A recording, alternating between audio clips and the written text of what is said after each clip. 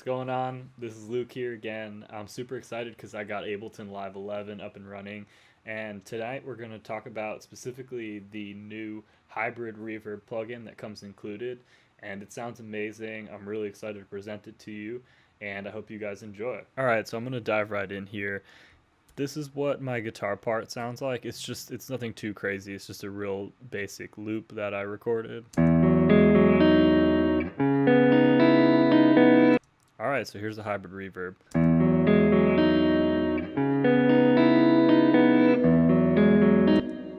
Alright, so fundamentally the hybrid reverb is actually two reverbs, and the idea is that the convolution reverb, so that uses something called an impulse response. It essentially replicates an exact space. And on the other hand, we also have the algorithmic reverb, which is a digital reverb, and most of these do not replicate a specific space. They are kind of like a more modern type of way of creating ambience, and you can have the best of both worlds here, so it's really great. So we have a send knob, which adjusts how much level we're sending from your audio into the reverb. And we also have a pre-delay knob over here. So the pre-delay will add a little bit of delay in between when the audio hits and the delay hits, allowing you to separate the two a little bit. And you can switch that between milliseconds and actual musical time, which is really cool. And we have feedback too, to create some feedback effects, and we'll talk about that a little bit later. So the main thing that we're going to want to mess with, if you open this drop down menu, we have different banks of convolution reverb sounds. So you load up the IRs down here. So if we select a bank, like let's say we want to do springs, we can choose any of these and we can cycle through them here with these arrow keys. I'm really happy that they included that because it's such a time suck to have to like go to a drop down menu to switch. But check out these springs.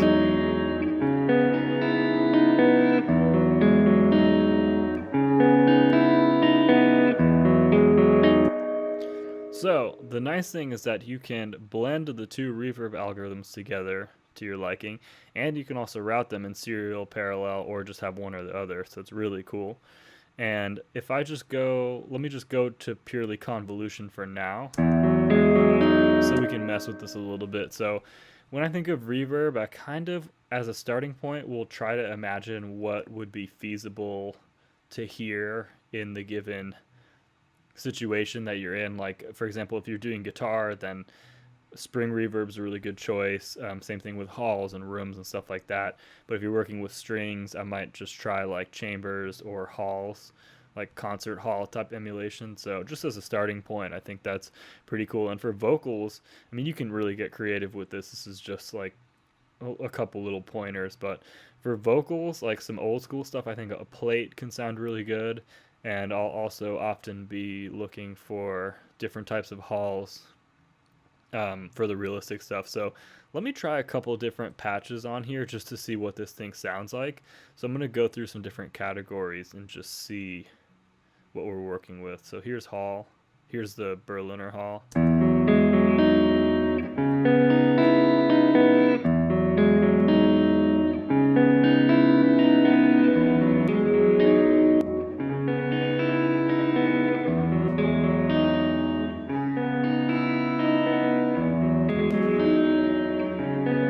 So let's say we found this one and we like it. We can start to adjust different parameters for the actual impulse response. So check this out.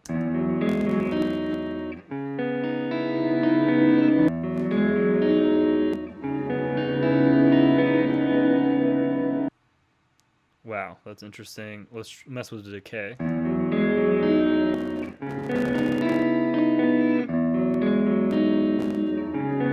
So this quite literally changes the attack, decay, and size of the IR.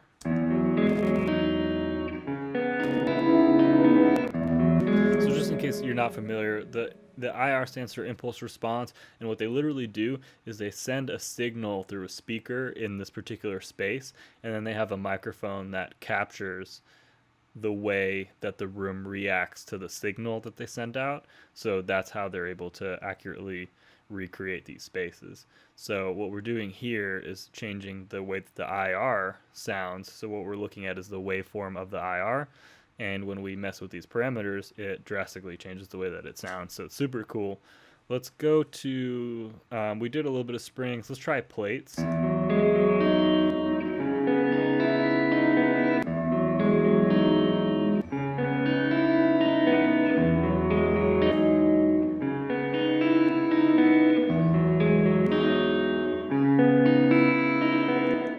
These all sound really pretty. And then I also would like to do, let's try textures. That's wild.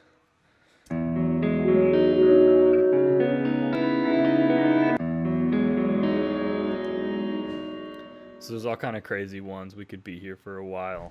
Now what I'm going to do is I'm actually going to switch the blend over to the algorithmic reverb, and I'm going to go through these to see what kind of sounds we can get. So now we're just doing the algorithmic.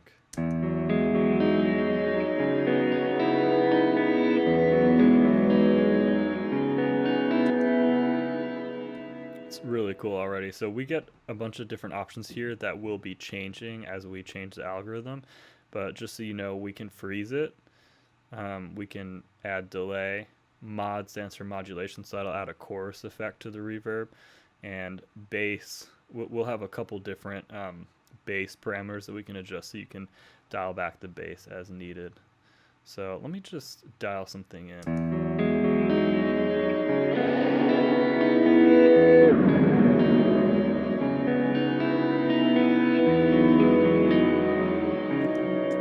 Knob is super useful. It'll allow you to tame the high frequencies to make it a little bit more pleasant to listen to, like less sounding like a bathroom and more sounding like a big concert hall type thing.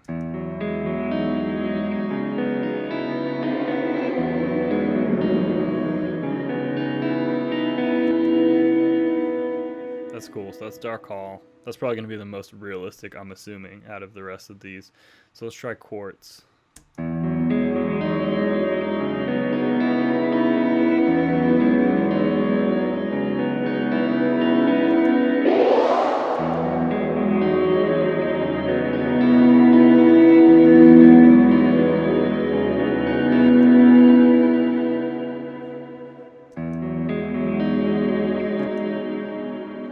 This is cool. So it has a diffusion parameter here.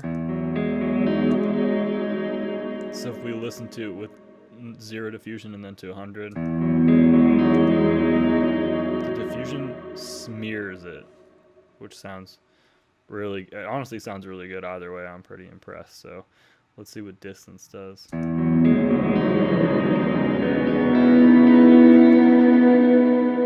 Awesome. Yeah, so this Quartz is going to be really powerful for like soundscape type things that you want to do.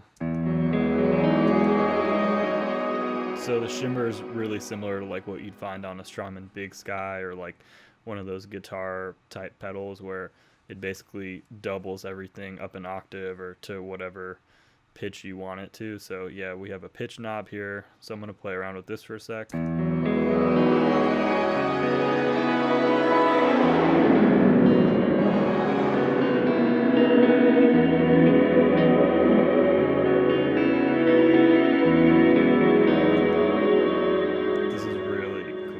So stoked about this new plugin. That's Shimmer. Let's try Tides.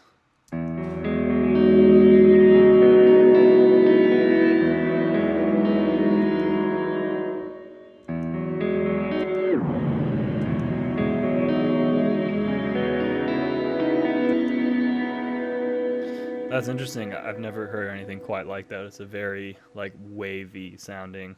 Let's see what this rate does. Cool. So it's kind of like a delay with like some type of filter.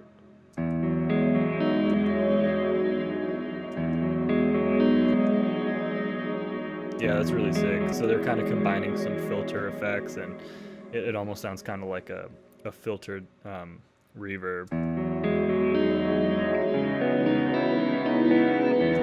Or phasing, I have no idea, but it sounds really cool.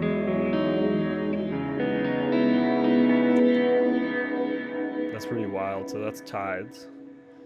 And let's try Prism now.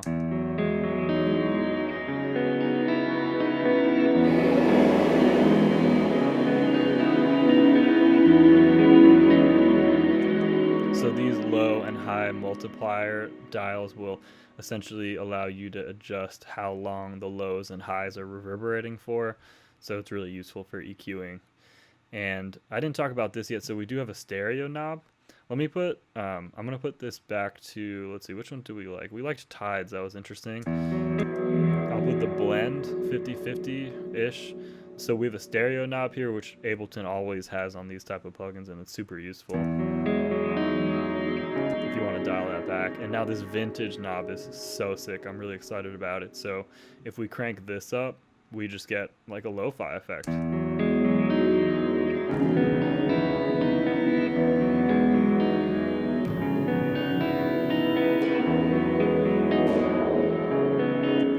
And we can also put the bass in mono to tighten it up, which is great.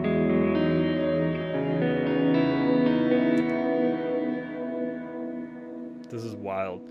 And lastly, the final remaining thing that we haven't discussed is we have a full-on EQ, so we can do it pre or post.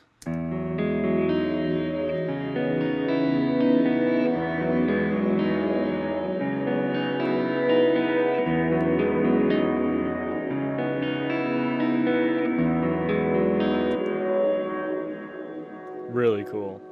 So there you have it. That's the new Ableton hybrid reverb. Honestly, I'm pretty stoked about it. It kind of knocks it out of the park. It's 2 reverb units in one. It pretty much sounds good on every setting, which is a major step up from like their old reverb plugin, which not a lot of us have been big fans of. Anyway, let me know what you guys think, if you guys have made any cool music with the new plugin, and let me know if this was helpful. So thanks for checking me out. Later.